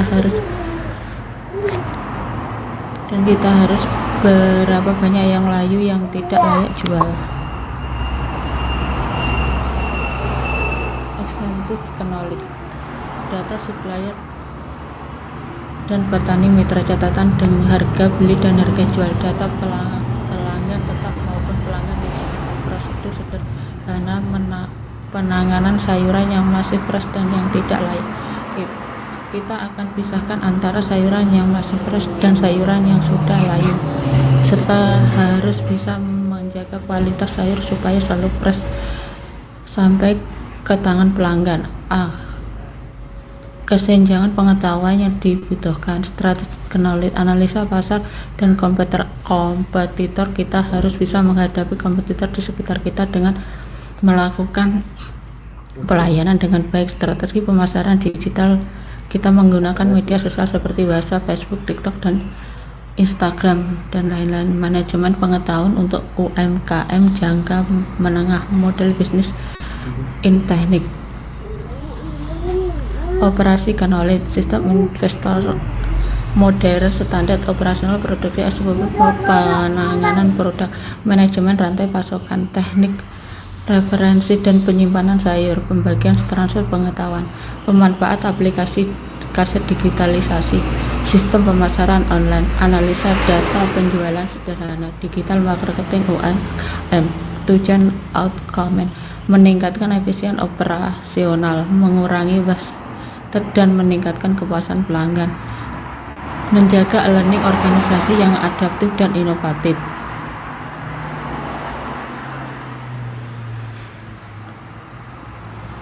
Perencanaan strategi manajemen pengetahuan strategi utama. Memberikan pelatihan kepada karyawan cara memisahkan sayuran yang sudah layu dan masih fresh yang berkualitas tinggi dan cara menata sesuai dengan jenisnya. Memberi penyuluhan kepada petani dan sistem digitalisasi untuk mentransfer pengetahuan supaya hasil pertanian berkualitas tinggi. Penguatan penyimpanan dan organisasi, menggunakan digitalisasi untuk mendistribusikan ke luar daerah dan mempermudah pelanggan, membuat SOP yang dapat diperbarui berkala. Distribusi dan transfer pengetahuan untuk mendapatkan informasi lebih cepat tentang perkembangan di pasar dan mengadakan diskusi secara online maupun offline. Mengadakan sharing kepada karyawan, petani, dan pelanggan apabila ada kendala dari mereka dengan cepat akan terselesaikan. Rencana audit manajemen pengetahuan, aspek yang diaudit, pengetahuan dan kompensasi yang dimiliki karyawan tentang kualitas sari yang fresh, SOP yang telah diterapkan, keaktifan memberi informasi yang up to date kepada pelanggan atau petani lokal secara online maupun offline. Selalu mengadakan sharing kepada karyawan, petani, dan karyawan tentang kualitas produk dan mencari tahu kendala yang dihadapi. Setiap bulan mengadakan evaluasi setiap hari kualitas dan kefreshan sayur dari petani dan mengevaluasi distributor yang mengambil sayur. Langkah-langkah audit, mengadakan wawancara kepada staf dan pelanggan, observasi proses penanganan produk dan layanan, evaluasi sistem teknologi dan media komunikasi yang telah digunakan. Rancangan pengukuran manajemen pengetahuan, mempermudah dokumen untuk diakses 24 jam, mengadakan pelatihan kepada para petani dan karyawan melalui webinar internasional, harus mengetahui kualitas dan kuantitas kinerja karyawan, kecepatan memberikan informasi tentang mendistribusikan sayur, mengadakan flashback kepada karyawan, petani, distributor, dan pelanggan. Model evaluasi yang disarankan untuk tiap minggu. Dalam evaluasi, manajemen mengetahui untuk menilai tingkat kematangan sistem dan proses manajemen pengetahuan UMKM. Buat laporan dan mendetail berdasarkan hasil evaluasi, mengidentifikasi kekuatan dan area yang perlu diperbaiki. Itu tadi presentasi dari saya dan terima kasih. Selamat sore. Oke.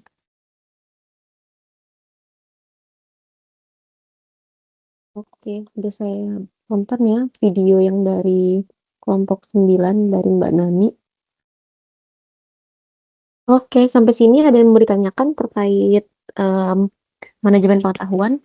Untuk paper, kan ini saya masih kasih waktu sampai hari Senin. Nah, kalau teman-teman mau memperbaiki, nanti bisa dilihat dari yang kelompok 4. Kelompok 4 udah lumayan kompleks dan lumayan komplit, lumayan bagus untuk dijadikan contoh untuk membuat paper yang tentang evaluasi manajemen pengetahuan sesuai dengan UMKM teman masing-masing. Nanti mungkin bisa ditanyakan ke kelompok 4, mungkin bisa di-sharing dari kelompok 4 ke kelompok-kelompok yang lainnya. Gitu ya, teman-teman semuanya. Sampai sini ada yang bertanyakan?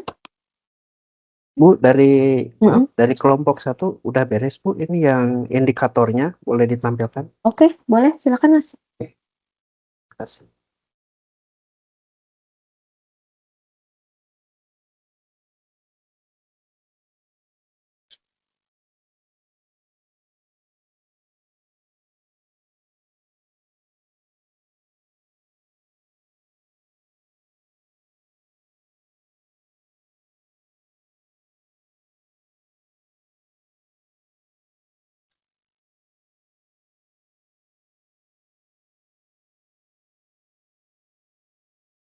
Apakah sudah terlihat? Sudah terlihat. Maaf. Sudah Oke, Bu. terlihat. Oke. Baik, terima kasih. Mari kita mulai. Indikator dan target pengukuran. Ada beberapa aspek pengukurannya berdasarkan dari audit yang kita lakukan dari teknik penggorengan tadi, yang 3 teknik tadi. Yang pertama, aspek pengukurannya yaitu suhu produk, suhu produksi, kemudian ada tingkat kepatuhan suhu, ada warna produk akhir, ada tekstur produk akhir, kriteria kegagalan, dan daya tahan kerenyahan. Baik untuk suhu produk, indikatornya yaitu suhu minyak saat penggorengan. Satuannya yaitu derajat Celcius, targetnya adalah antara rentang 170 sampai 180. Seperti yang tertulis di teknik 2 tadi. Kemudian untuk tingkat kepatuhan suhu, persentase batch produksi yang suhu penggorengan konsisten dalam rentang target 170 sampai 180. Satuannya yaitu persentase minimal. Targetnya minimal 98% batch memenuhi rentang suhu target. Selanjutnya ada kualitas produk. Aspek pengukurannya yaitu warna produk akhir. Indikatornya warna bawang setelah digoreng. Targetnya yaitu berwarna coklat keemasan. Selanjutnya ada tekstur produk akhir, indikatornya tingkat kerenyahan bawang goreng. Targetnya yaitu renyah, kriuk, tidak berminyak, tidak alot, dan tidak melempem. Selanjutnya ada juga kualitas produk, kriteria kegagalan. Indikatornya yaitu persentase produk yang gagal. Targetnya yaitu maksimal hanya 1% dari produk akhir. Berasa pahit, berbau gosong, berminyak, dan kurang kriuk. Yang terakhir, indikator dan pengukuran adalah daya tahan produk. Daya tahan kerenyahan, indikatornya adalah durasi kerenyahan bawang goreng setelah diproduksi. Satuannya adalah hari, targetnya minimal daya tahan lebih dari 60 hari. Baik, sekian Bu, tambahan dari kami. Oke, terima kasih. Nanti tinggal ditambahkan di papernya aja ya Mas Asep berarti. Iya Bu, mungkin menurut Ibu ini ada yang ditambahkan atau dikurangi atau mungkin? Jadi kalau nanti di paper itu kan nanti kaitannya sama evaluasi. Jadi kan ini kan target sama indikator yang udah Iya ditetapkan. Bu.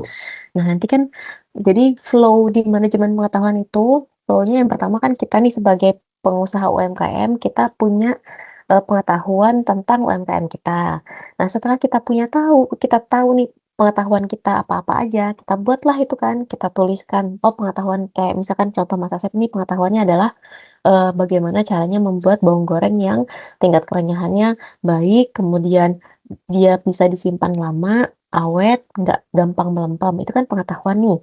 Cara-caranya apa aja? Strateginya yang tadi suhunya, kemudian cara teknik penggorengannya, mungkin teknik sebelum digoreng bawang gorengnya harus diapain dulu. Kayak gitu-gitu kan sebenarnya pengetahuan juga. Nah, setelah itu kan ada target nih. Targetnya misalkan setelah digoreng, setelah disimpan ke dalam packagingnya ke dalam pouch-nya lama, tingkat kerenyahannya itu masih bertahan misalkan selama 6 bulan atau misalkan 8 bulan, itu kan target, itu kan target. Ternyata setelah dievaluasi, oh ternyata sebenarnya nggak sampai 8 bulan, ternyata baru sampai 6 bulan, ternyata bawang gorengnya udah melempam. Nah itu kan pengukuran manajemen pengetahuan. Itu yang disebut dengan pengukuran manajemen pengetahuan. Nah, siapa yang mengukur? Itulah yang disebut dengan audit manajemen pengetahuan. Kita melakukan audit terhadap target-target yang sudah kita tetapkan tadi. Ternyata setelah diaudit, oh ternyata nggak sesuai targetnya nih. Targetnya 8 bulan, ternyata cuma 6 bulan, ternyata udah turun tingkat kerenyahannya. Nah, itulah yang dinamakan evaluasi. Evaluasi manajemen pengetahuan. Evaluasinya, tadi contoh yang di kelompok 4, mereka menggunakan model maturitas.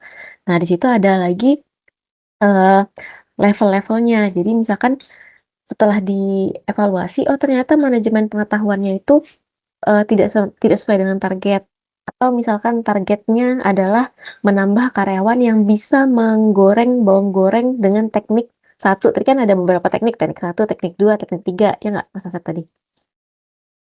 Nah, bisa jadi di manajemen pengetahuannya targetnya bertambahnya karyawan yang bisa menggoreng ketiga tekniknya, teknik 1, 2, 3, ada 4 orang. Misalkan targetnya ada 4 karyawan yang bisa menggoreng. Ternyata setelah dievaluasi, ternyata cuma 2 orang nih yang bisa menggoreng. Artinya manajemen pengetahuannya, sharing manajemen pengetahuannya belum sampai tingkat maksimal. Nah itu.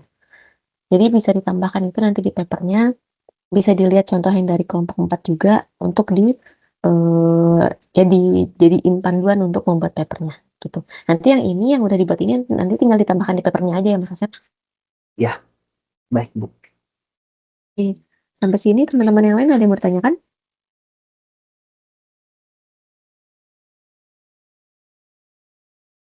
Kalau tidak ada, saya sambilan mau untuk ngecek yang di layar teman-teman untuk tugas. Sambilan saya mengingatkan kalau misalkan ada teman-teman yang belum upload tugasnya, ke depannya mau gimana gitu. Soalnya kan ini kita pertemuan terakhir ya. Biasanya itu dari UT, saya cuma dikasih waktu untuk menyelesaikan penilaian teman-teman itu biasanya cuma dikasih waktu 1 minggu sampai 10 hari. Jadi maksud saya kalau misalkan teman-teman ada yang belum mengupload tugas, maunya bagaimana gitu. Bu, maaf mau tanya. Untuk tugas 3 itu yang diupload papernya aja apa sama PPT-nya, Bu? Kedua-duanya. Jadi diupload kedua-duanya di Digabung gitu ya, si layar. Diupload kedua-duanya di si layar. Kemudian semua orang ini ya, semua orang ngupload. Walaupun ini kan kelompok kan, tapi semua orang masing-masing upload ya. Berarti ini ya, Bu, PPT-nya di PDF dulu, terus digabung dulu gitu ya, Bu? Boleh. Ya, terima kasih, Bu. Sama-sama. Ini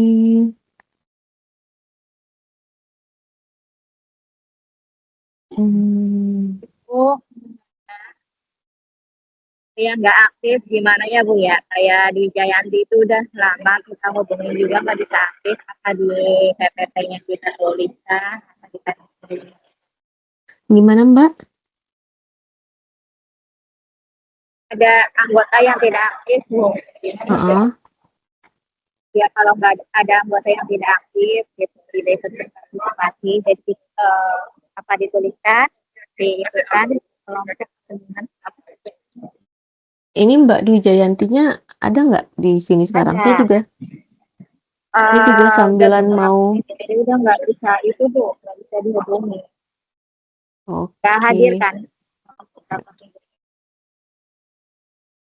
Oke Mbak.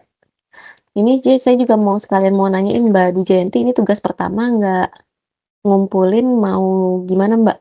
Mbak Dwi Jayantinya ada nggak di sini? Nggak hadir. Kayaknya nggak hadir Bu. Nggak hadir ya?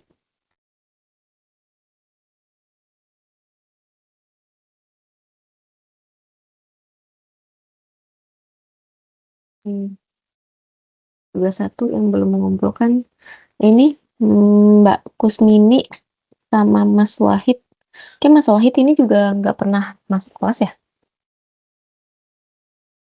Mbak Kusmini dan Mas Wahid? Ya, Dari awal, Bu. Iya kan? dari awal Dari Bu, awal nggak masuk sama begitu. Anggi ya? Anggi itu ganti Pokjar, Pokjar. ganti Oke. UPBDC. Selanjutnya yang tugas kedua.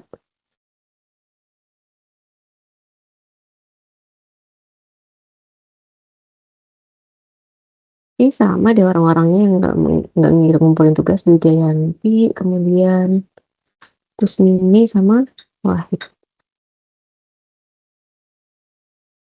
Oke. Berarti nanti yang tugas 3.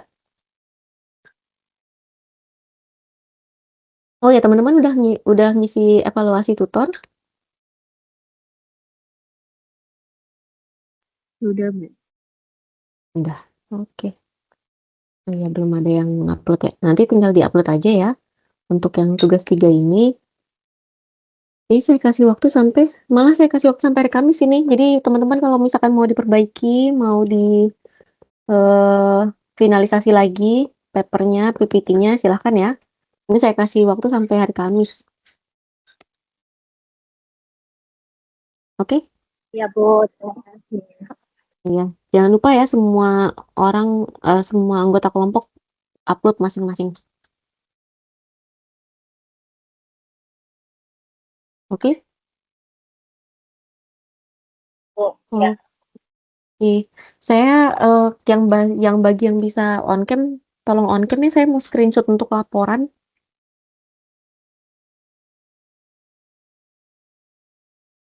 Bisa on cam?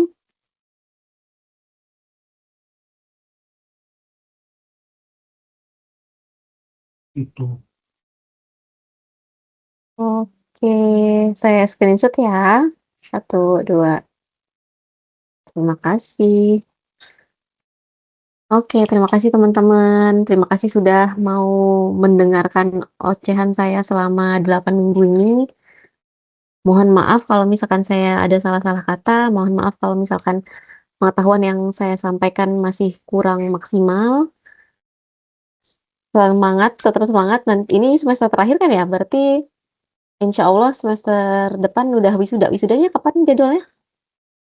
Tanggal 23 Juli, Bu. 23 Juli tahun depan ya? Iya, Bu.